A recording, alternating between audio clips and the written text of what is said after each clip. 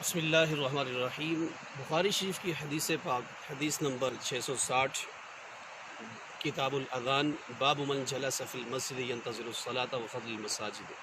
روایت کرنے والے حضرت سیدنا ابو ہریرہ رضی اللہ تعالیٰ عنہ ہے۔ عن ابی ہریرہ عن النبی صلی اللہ علیہ وسلم قال سبعۃ یظلهم اللہ فی ظلہ یوم لا ظل الا ظلہ۔ حضرت سیدنا ابو ہریرہ رضی اللہ تعالیٰ عنہ سے روایت ہے، نبی کریم صلی اللہ علیہ وسلم نے ارشاد فرمایا، 7 خوش قسمت لوگ وہ ہیں جنہیں اللہ تعالیٰ قیامت والے دن اپنے عرش کا ٹھنڈا سایہ عطا فرمائے گا، جس دن اس کے سائے کے سوا کوئی سایہ نہ ہوگا۔ سب سے پہلا الامام العادل، عدل کرنے والا حاکم۔ دوسرا وشاب نشأ فی عبادت ربہ، وہ نوجوان جس کی جوانی اللہ کی عبادت میں بسر ہوئی۔ اور تیسرا وَرَجُلٌ قَلْبُهُ مُعَلَّقٌ فِي الْمَسَاجِدِ، وہ شخص کے جس کا دل مسجد کے ساتھ جڑا رہا۔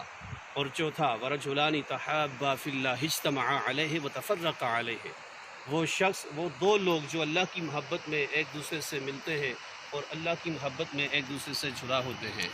اور اس کے بعد وَرَجُلٌ طَلَبَتْهُ امْرَأَةٌ ذَاتُ مَنْصِبٍ وَجَمَالٍ فَقَالَ إِنِّي أَخَافُ اللَّهَ، وہ شخص کے جس کو کسی حسین و جمیل اور صاحب منصب عورت نے دعوت گناہ دی اور اس نے یہ کہہ کر ٹھکرا دیا کہ میں اللہ سے ڈرنے والا ہوں۔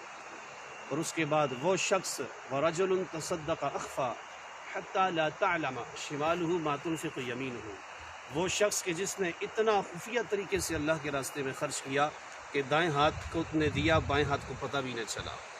اور اس کے بعد وَرَجُلٌ ذَكَرَ اللَّهَ خَالِيًا فَفَاضَتْ عَيْنَاهُ، وہ شخص کہ جس نے تنہائی میں بیٹھ کر اللہ کو یاد کیا اور اس کی آنکھوں سے آنسو جاری ہو گئے۔